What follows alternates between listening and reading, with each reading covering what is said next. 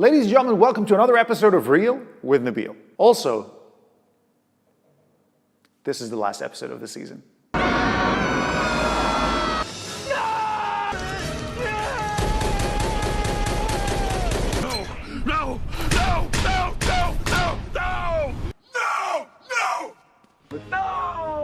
Just throw it all the way, you know? No!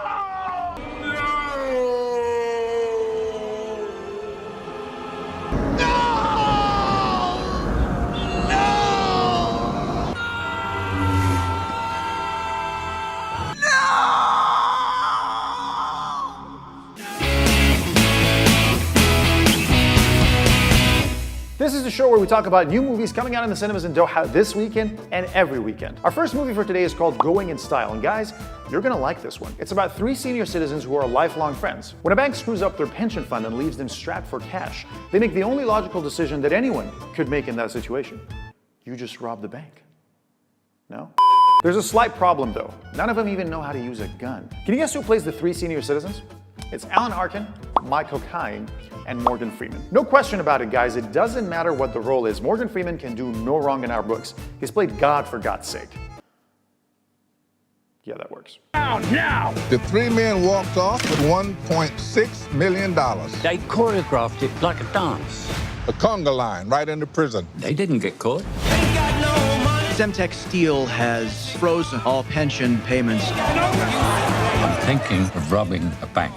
I'm thinking about buying a Ferrari. I just got drafted by the Knicks. Good week for everybody, huh? Williamsburg Savings will manage the liquidation of the fund. These banks practically destroyed this country, and nothing ever happened to them. I want to rob that bank. Let's go get our money back. The other two aren't lightweights either. We all know Michael Caine, of course, most well known for playing Alfred in the Dark Knight series. And Alan Arkin has been nominated for an Oscar 4 times, out of which he won for the supporting role in Little Miss Sunshine. Although it's a light comedy, the movie also serves as social commentary on what it's like to grow old in America and what circumstance can drive people to do. We're definitely checking this one out this weekend.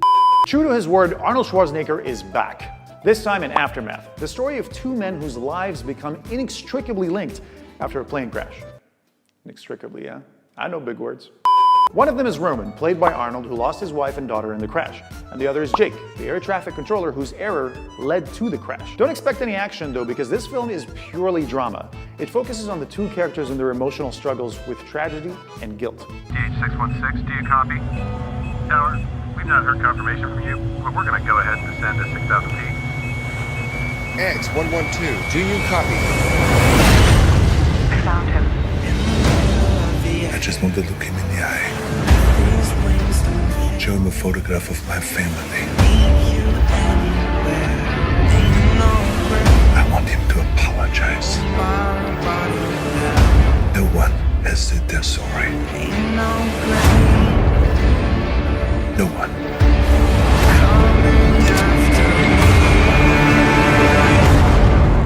Since returning from his political stint, Arnold has been moving away from his larger-than-life persona to more human roles, and this film is a great example of that. But the question is, how well does he do it? You can find out for yourself this weekend. Next, we eat local. No, this is not some documentary about restaurants here in Doha. It's actually a dark comedy about vampires. In a quiet countryside farmhouse, Britain's vampires gather for a meeting that takes place once every 50 years. An unexpected visitor this time, however, is a detachment of Special Forces vampire killers. So how effective will their machine guns be? Have the Special Forces bitten off a little more than they can shoot? Only one thing's for certain. The night is going to be full of action. Second squad, hold your position. Sebastian, close your eyes. Go, take him down, do it now.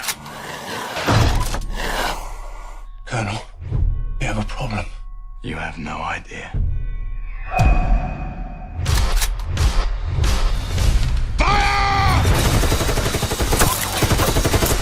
These things are an abomination. They need to be wiped from the face of this earth. Vampires with machine guns. It's not allowed.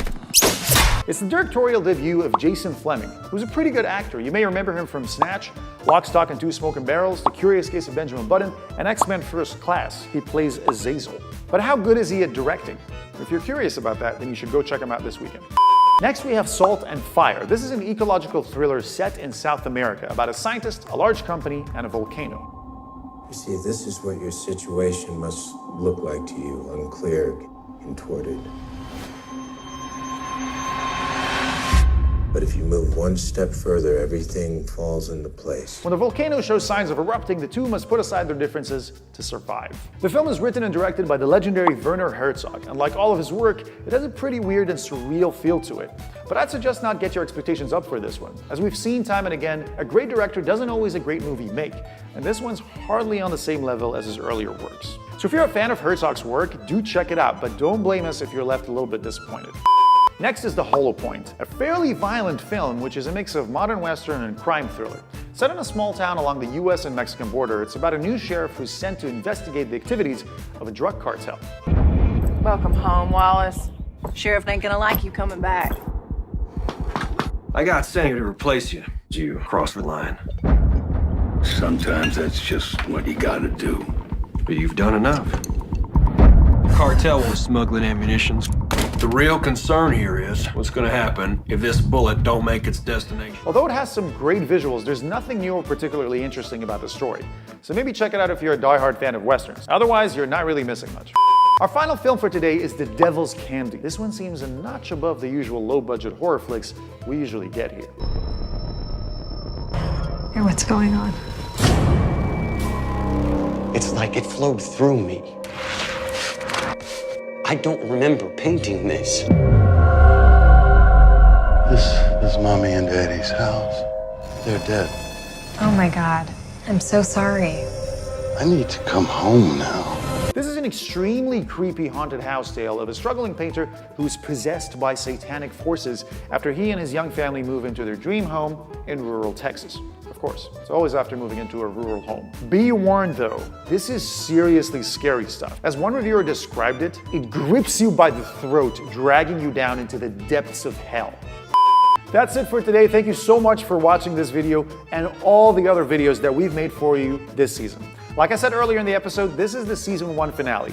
We're taking a break and we'll be coming back this summer, bringing you some new stuff we've been working on that we know you're gonna like. Until then, stay tuned to all our social media handles where there's always gonna be cool stuff from the movie world coming at you from the Real with Nabil team.